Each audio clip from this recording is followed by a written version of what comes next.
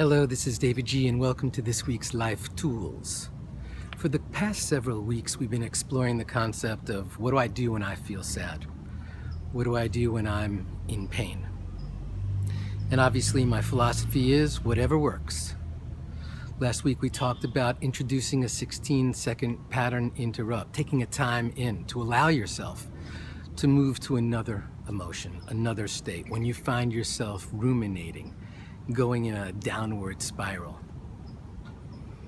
But one of the most important things we need to understand, and truly one of our greatest learnings on the spiritual path, is to understand our emotions.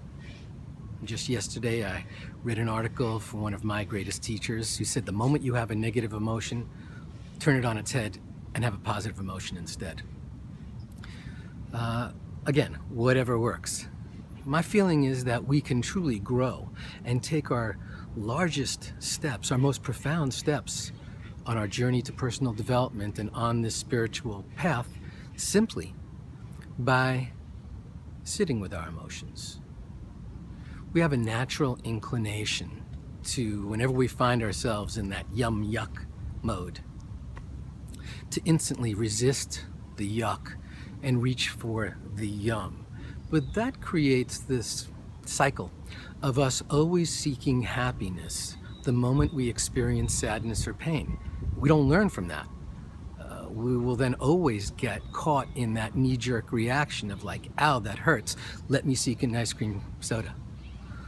And so the ancient Buddhist teachings tell us to actually sit with the pain, become familiar with the sadness, with the emotion, with whatever that thing is that we're feeling. Because once we can become familiar with it, it will dissipate. So rather than suppress it or just go, no, that doesn't exist, what we can do instead is truly own it. Sadness is just a symptom that somewhere you have gone against the balance in your life. So rather than resisting the symptom and ignoring it, why don't we become more friendly with it? That's the concept of Maitreya. It's self-friendliness. How kind can you be to yourself? And often that includes just sitting with your pain, sitting with it to understand it, to allow it, to get to the core of your tender heart. And in that moment, you will get softer. Yes, you will cry tears. Yes, you will experience even deeper pain, perhaps. Learn to love your heart and learn to understand your emotions. So the next time you have a negative emotion, a sadness emotion, and I've said many times, we all need to visit the land of hurts and wounds, but nobody needs to live there. So I'm not talking about if you happen to be living in that pain and it's been 6 months and it is time to allow that process to be released into the past.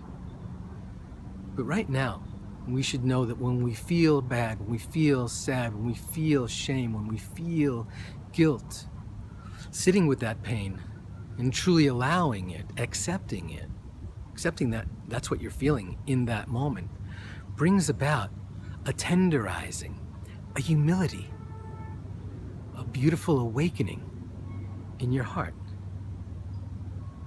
And as we continue to cultivate that, we get stronger. In our vulnerability lies our strength. But if we just shut it down and instantly change the channel, then we're not allowing ourselves to truly build up that strength, to create that resilience. So let's explore that this week. Allow yourself to be. We practice that through meditation. We practice that through patience. We practice that through just sitting and allowing. So the next time you're feeling the sting of a hurt or a pain, sit with it a bit. Sit with it until it is no more. Keep meditating. And in the meantime, I'll see you in the gap.